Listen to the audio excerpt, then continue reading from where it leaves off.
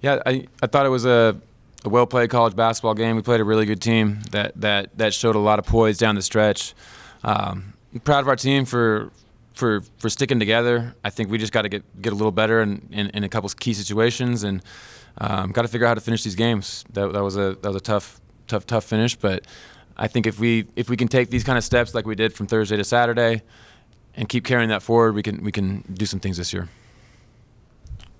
I think the run that kind of changed the outlook of the game was that 20-5 run they went on kind of midway through the second half. Yep. What were you seeing that kind of was going wrong then? I think they hit 9 or 10 in a row, and it was, I think, 5 points over 7 minutes for you guys.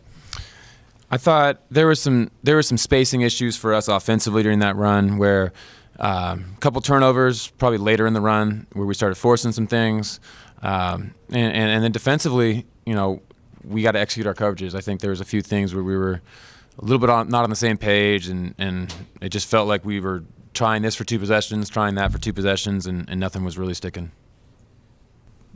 Does it feel like that maybe one of the things you kind of want to see out of this team is when a team goes on a run like that, maybe being able to respond a little bit better? Is that something you feel like you need to see?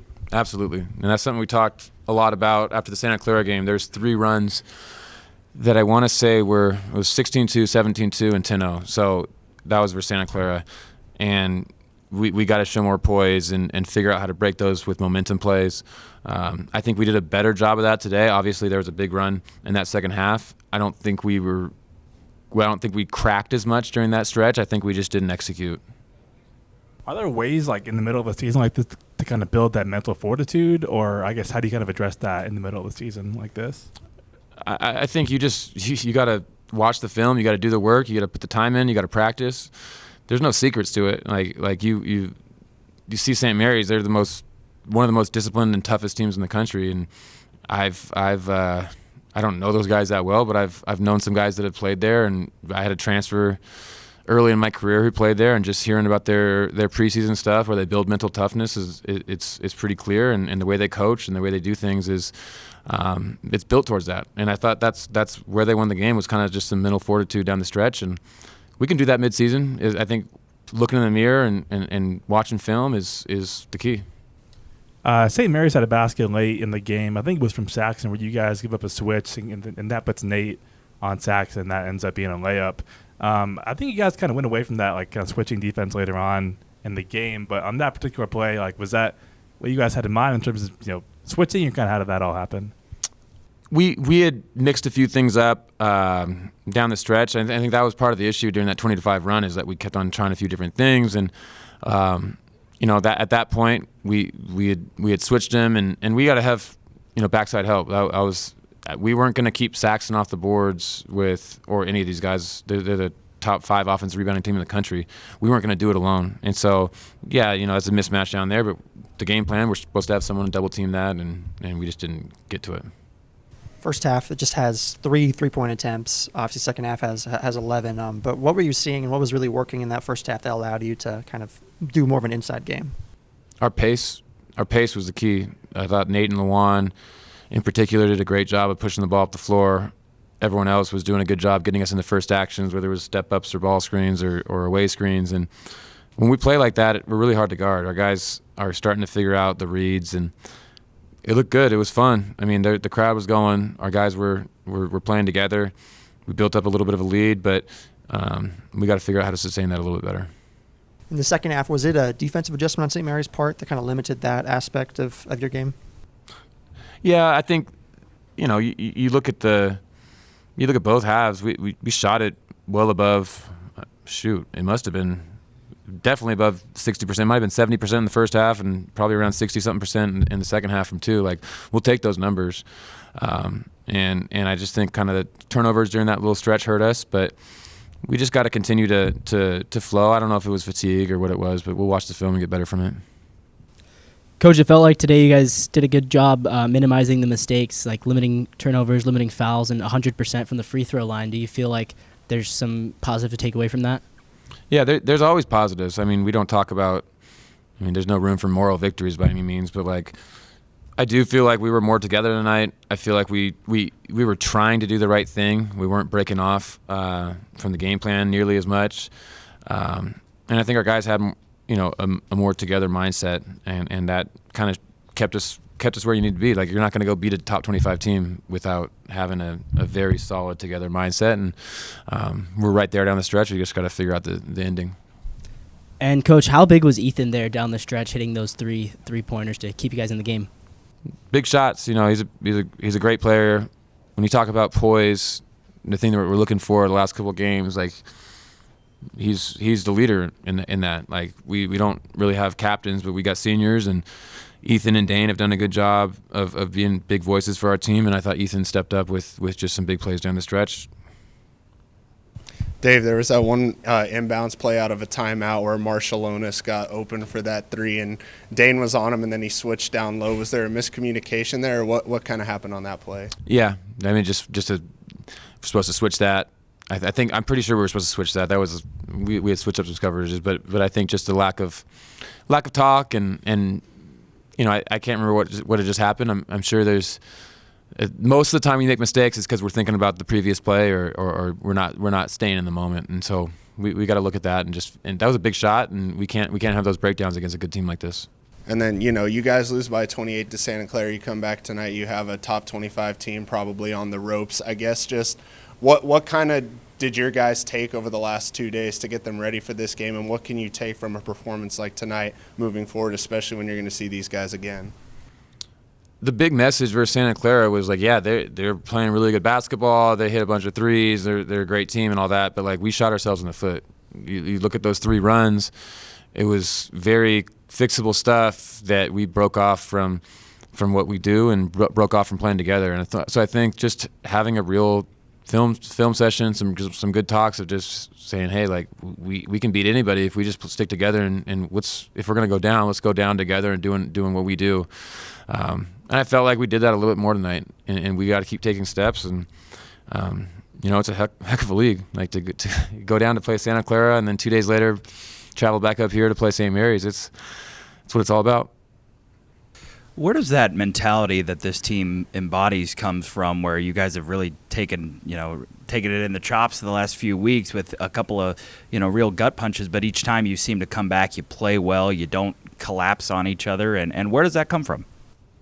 There's a lot of love in that locker room. I think that's where it starts. We talk about being a cohesive team a lot. That's number one. And number two is, like, we have resilient guys. When you look at our team, none of them were supposed to be at this level. I mean, obviously Isaiah and Parker they came here as freshmen, but even those two, like, Isaiah had to go to prep school before anyone wanted to offer him, besides Eastern. And you look at, you can go down the line. Like, Nate was at Lamar, my Eastern guys, like, all these guys had to really fight and battle, and they went through a bunch of adversity to get to this point. And I think that's where that comes from. It's not us coaching that. I think that's just who we recruited and their character. Pretty good turnout tonight, but now you guys aren't going to be back in this building till February 8th. Just how big is this next 3-game stretch, all on the road, mixing in travel, trip to San Francisco mixed in there? Just, if you can kind of shrink the season down to the next 3 games, just how big is this next stretch of games for you guys? It's huge. I'll be totally honest. I don't even know who we play in 3 games. I know we have this road trip ahead of us. We can't afford to look ahead any more than just going to this specific game, and really we can't even afford to look ahead to that. We got to look forward to figuring out how to fix some mistakes from this game, and fixing that on Monday, and getting together on Tuesday and putting a good game plan in together for Pacific, and then traveling down there and getting a good shoot around. And, like, when we stay in the moment with this team, I think we're really good, and we just got to make sure we're focusing on that. And speaking of improving on that, only 8 turnovers today against one of the better, if not the best, defensive team in the conference. How did you see your guys sort of control the ball much better and handle that aspect of the game well? I think our guys are really coachable. I did a poor job, obviously, early in the season of coaching that, and we've really emphasized it. Our guys have focused on it. We've tried to hold them more accountable in different ways, and I think that they're starting to pick that up. We can't, like, there's some fixable stuff. Some turnovers hurt us down the stretch at times today, but I do think we're taking steps, and that's all due to the coachability of our players. And last thing, with Isaiah getting in the warm-ups and seeing him sort of pregame, shooting around a little bit, and then his street close for the game, is there any other update on what you may think his availability could look like the next week? Still not sure. Just got to get a couple more updates.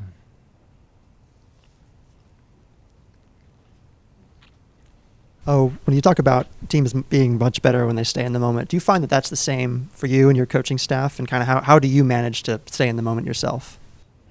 I think really it just comes down to focusing on what we got to do that day. It's also important. Like, we learned lessons. I think we cut some corners in our taking care of our bodies early in the fall, and that might have hurt us. Like, we got to win tomorrow. Like, we got to get a good rest. You got to go into treatment, take care of your body. You got to stretch. You got to do everything you need to do. Like, we can't even think about Monday right now. And I think for me personally, like, I just try to embody that. Our coaching staff, I have an incredible group of coaches that are really pushing on that. And I think we just got to keep focusing on taking this one day at a time. Coach, I apologize if this is a bit off the wall, but you look around this league and you see a lot of very good veteran coaches. You got Randy here, you got Mark at Gonzaga, you even got like Lorenzo Romar as an assistant. As you're trying to kind of cut your teeth at this level, what is going up against coaches like that, staffs like that, and competing with them and competing the way you have do for your development as a coach and a staff?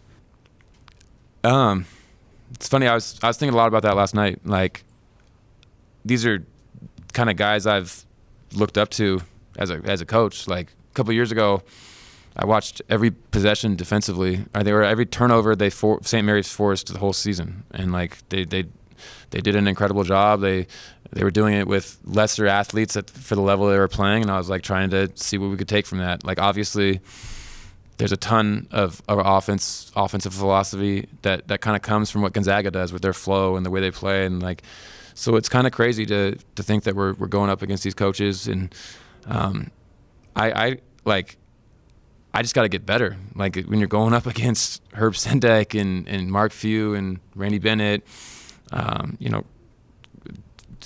next game, like, that guy's won I don't know how many games up in Canada as a head coach. And I just feel like we're learning a ton. I keep relying on my assistants and like their experiences, the way they've helped us, and there's times, including today, where I just feel like I let these guys down. And if I had made a couple more adjustments, and maybe if we hadn't switched down the stretch and we didn't have Nate on Saxton down there, they don't get the offensive rebound. I don't know. Like, you're learning a lot, and the best way to grow is when you're going against really good people. Like, I always tell young kids, like, how do I get better? Well, shoot, go down to the warehouse and play against some grown men down in Spokane and get better playing against pros. Like, that's how you're gonna get better. And this is kind of just like that.